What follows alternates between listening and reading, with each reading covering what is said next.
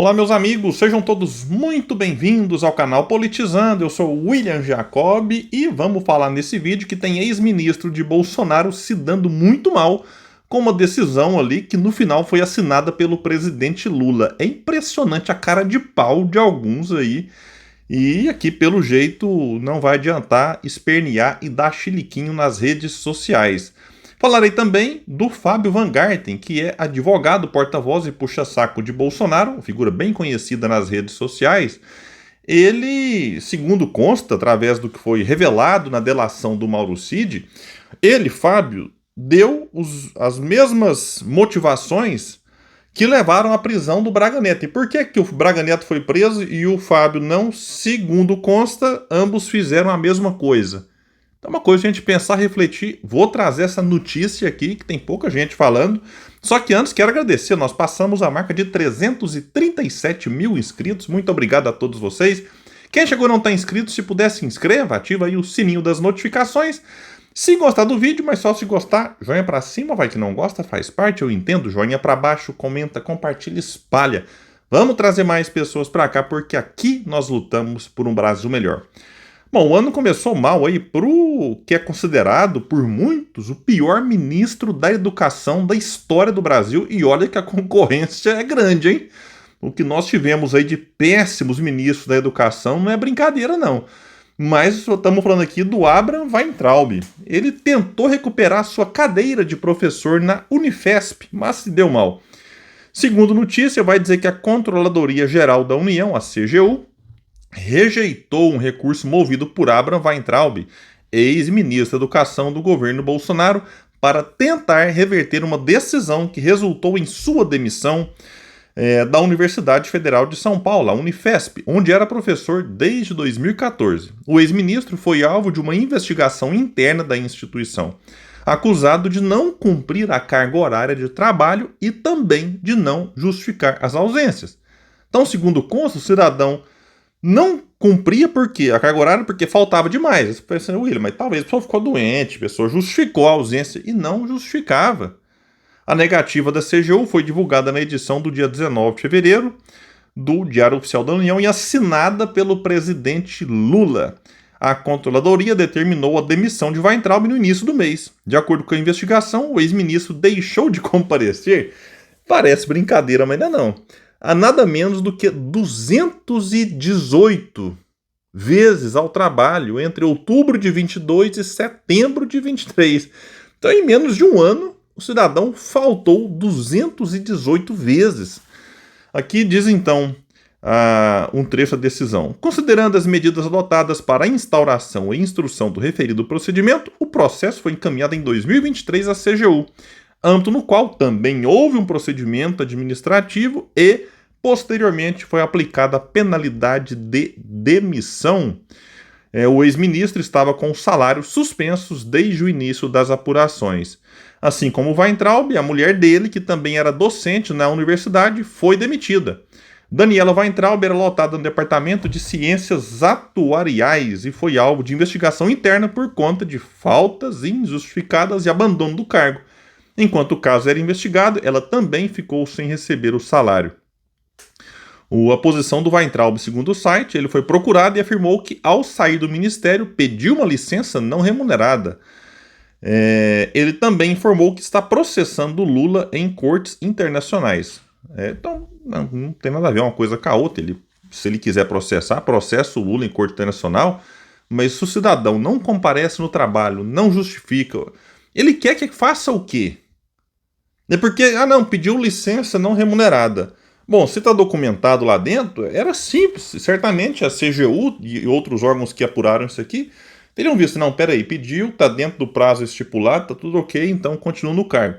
Mas com certeza, depois de tudo tramitado aqui, certamente ele descumpriu várias das normas. Então não pode o cidadão achar que vai faltar 218 vezes, não justifica e fica por isso mesmo.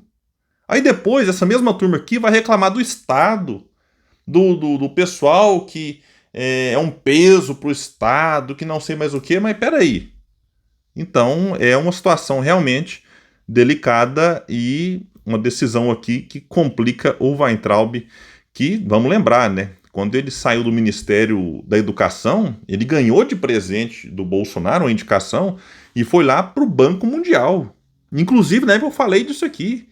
Ele ganhou muito mais dinheiro como diretor no Banco Mundial do que ganhava como ministro, que já é muita coisa. Então foi uma saída do Ministério da Educação, mas olha que saída foi essa. Aí depois ele volta rompido com o Bolsonaro, a gente tem que ser justo aqui.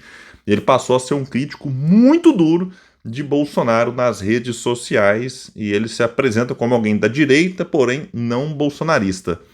Bom, pessoal, é o seguinte, vamos trazer aqui um trecho da delação do Mauro Cid, que acende uma dúvida sobre a liberdade do Fábio Van Garten, que para quem não conhece, não está familiarizado, é advogado, porta-voz, vive postando nota oficial do Bolsonaro, do grupo ali que faz parte dos advogados de Jair Messias, e eu digo sempre que é um grande puxa-saco do ex-presidente.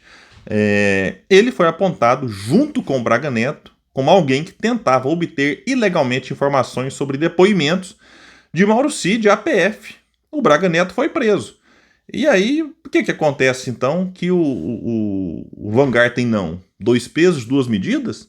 Diz uma matéria que o tenente-coronel Mauro Cid disse que o ex-ministro Braga Neto e o advogado Fábio Van Garten tentaram obter informações privilegiadas sobre os primeiros depoimentos que ele prestou no âmbito do acordo de delação premiada com a PF.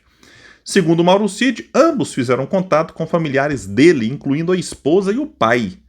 A informação consta em vídeo gravado em 5 de dezembro de 2024, durante outro depoimento prestado pelo tenente-coronel à PF. Em uma rede social, Van Garten afirmou que é incompreensível e absurdo que a mídia dê espaço para um delator que já se desmentiu 3 vezes, prestou 11 depoimentos e está desmoralizado. Ei, meu Deus do céu, aí o Mauro Cid vai dar detalhes de quando que o Van Garten fez esse contato, tentando obter informações. Isso aqui é muito grave, é muito grave. E não deve ser tão difícil assim de provar também. Isso levou, não só isso, né, mas várias outras medidas ali. O Braga Neto está preso por conta de outros motivos. Não é apenas esse. Mas isso aqui me parece ser motivo suficiente para colocar o Van Garten atrás das grades.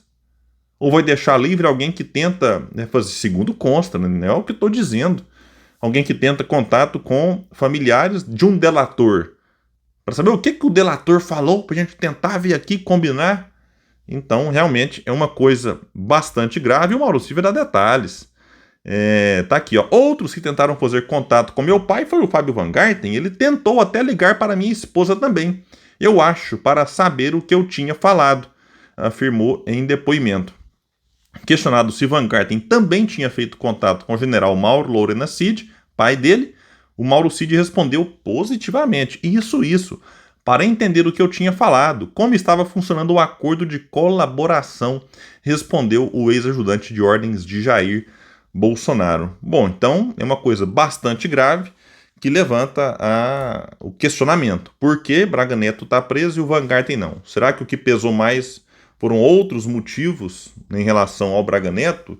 E o Van Garten, então, vai esperar um outro momento, lembrando, né, que ele está aqui entre os indiciados, os denunciados lá pela PGR, em várias frentes. Ele está aqui realmente muito encrencado e vamos ver. Agora, é importante a gente estar sempre lembrando, pessoal, sempre, aqui nesse canal não vou esquecer do que aconteceu na pandemia.